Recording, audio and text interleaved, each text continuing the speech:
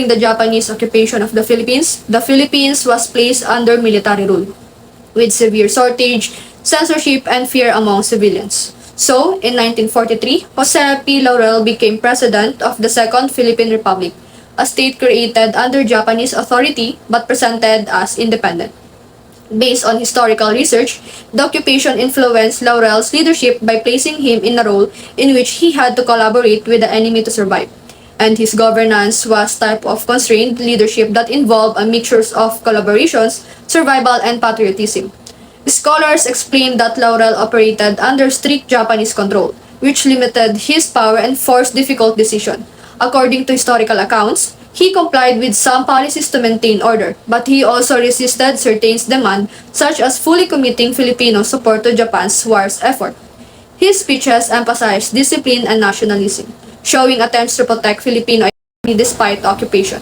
However, because he led a Japanese-backed government, historians remain divided. Some label him a collaborator, while others argue he acted out of necessity to reduce suffering.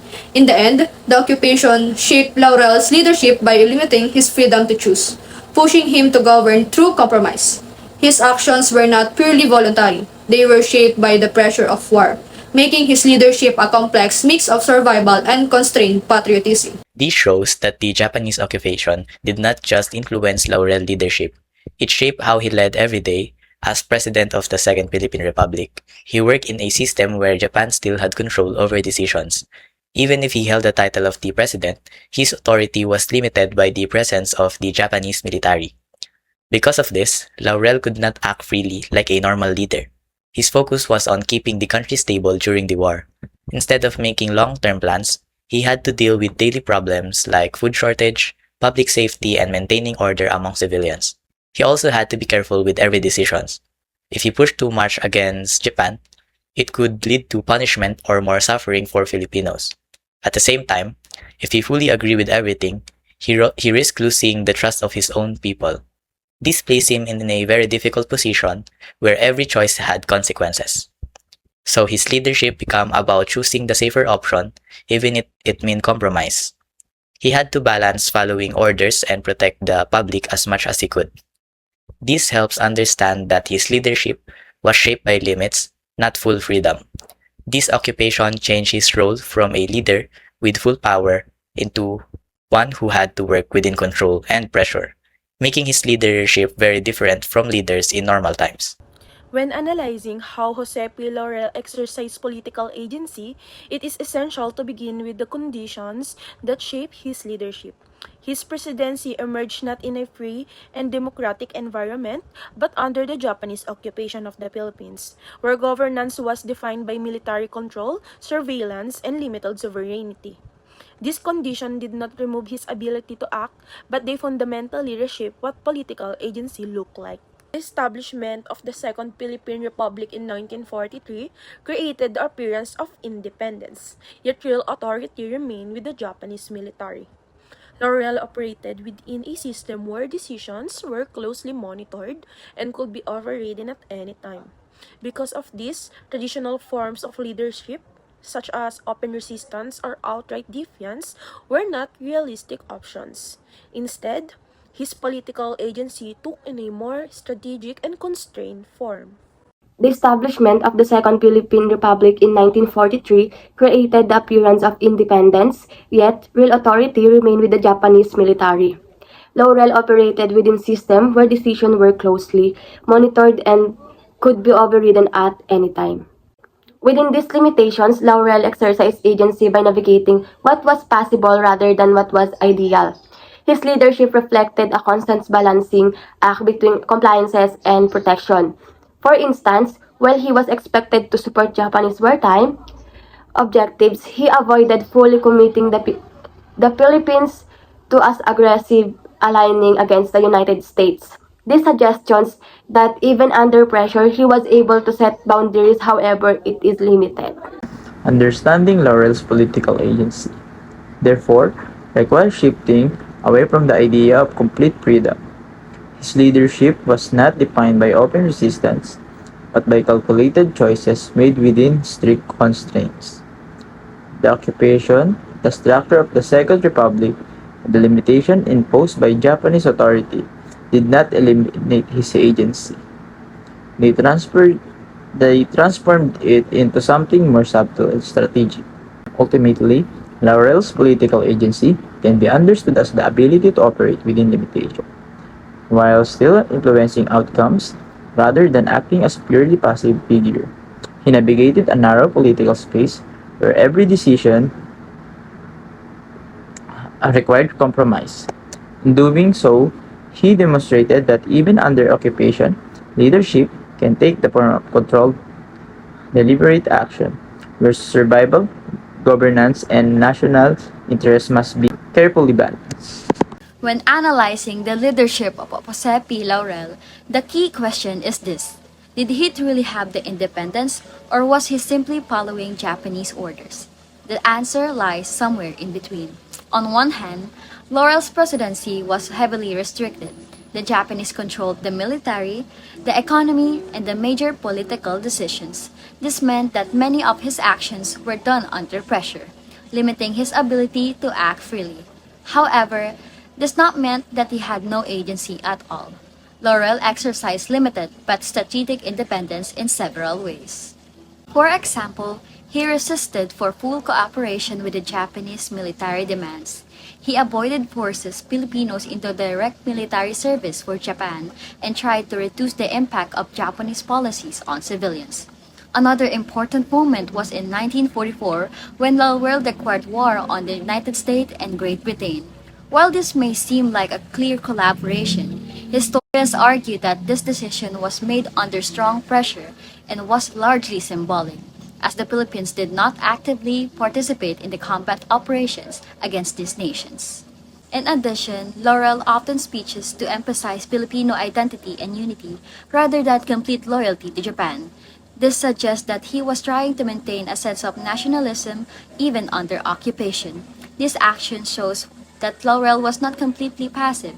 Instead, he practiced what can be described as constrained leadership, making decisions within strict limit while trying to protect national interests. At the same time, it is also important to recognize the limits of his independence. He still led a government that operated under the Japanese authority, and some of his decisions inevitably supported occupation system. In the end, Laurel's leadership reflects the complex balance between compliance, resistance, and survival. Not full independence, but not total submission either. Agency and leadership, the paradox of Josepi Laurel. President Josepi Laurel's leadership during the Japanese occupation was a high stakes exercise in strategic compromise. He was tasked in leading a nation under the shadow of Japanese Imperial Army, and Laurel's policy was driven by a philosophy of pro-Filipino survivalism. Now, let's talk about independence and agency. Laurel's most significant agency was his steadfast refusal to conscript Filipinos into the Japanese military. Despite intense pressure from Tokyo to declare war and provide manpower, Laurel utilized his legal background to argue that the Philippines lack resources to do so. This decision saved countless Filipino lives from being used as cannon fodder. However, his independence was fundamentally limited. While he exercised administrative agency, he lacked the military power to stop the Japanese military police from committing atrocities or to prevent the collapse of economy into hyperinflation.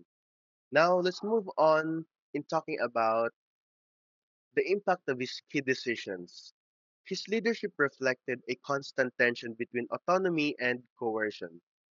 Let's talk about strategic compromise. Laurel accepted his presidency as a shield by maintaining a functional bureaucracy. He provided a buffer between the civilian population and the occupiers. And for coercion, his declaration of state of war in 1944 was a clear result of Japanese ultimatum, though he notably omitted the conscription clause to protect the youth. And lastly, its impact. Laurel's impact is dualistic. Critics view him as a collaborator who lent legitimacy to an enemy regime, but defenders argue his presence prevented a direct military government, which would have been significantly brutal. is the presidency of Jose P. Laurel still debated as either collaboration or patriotism? The answer lies in how his leadership during the Japanese occupation of the Philippines can be interpreted in different ways. On one hand, Laurel is often viewed as a collaborator. He accepted the presidency of a government established under Japanese authority, which made him the visible leader of a regime tied to foreign control.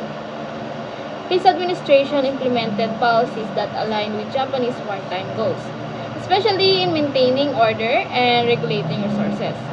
Because of this, critics argue that his leadership helped legitimize the occupation, raising doubts about his loyalty to the Filipino people. This interpretation is grounded in what people saw at the time. Laurel held political power, represented the government publicly, and operated within a system controlled by Japan. For many Filipinos who suffered during the occupation, this visible cooperation made it difficult to separate his actions from the idea of supporting the enemy.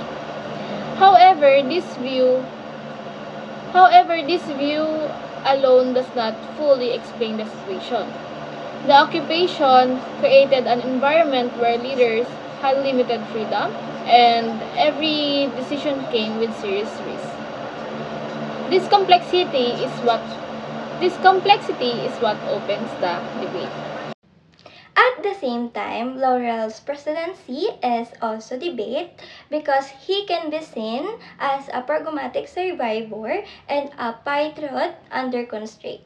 This perspective suggests that his actions were sharp not just by choice, but by the harsh of realities of occupations.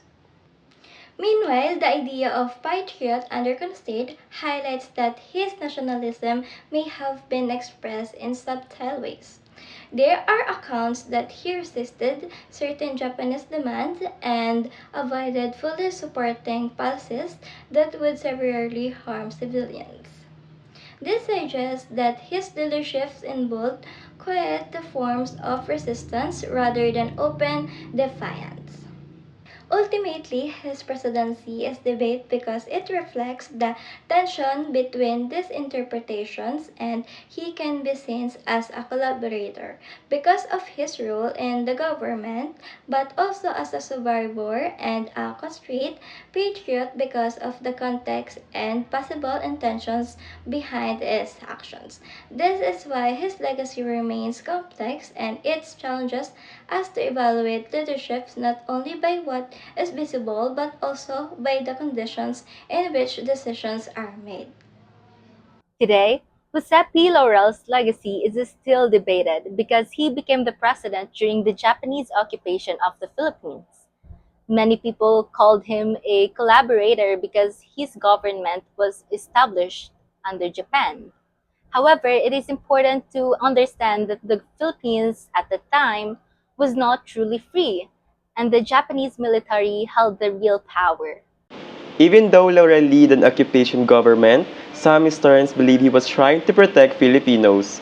In a difficult situation, his administration helped maintain order and keep government services running, and tried to lessen the suffering of the Filipino during wartime. He also refused some Japanese demands, showing that he was not completely controlled. When we compare Laurel to the other World War II leaders in occupied countries, we can see that some leaders cooperated not because they supported the enemy, but because they believed that it was the only way to avoid greater conflicts, violence, and destructions. So today, Laurel should not be judged in black and white. He was not purely a hero, but he was not purely a traitor. Either his presidency reminds us that war forces leaders into impossible decisions. His legacy should be evaluated with balance, understanding, and evidence, not just an emotion.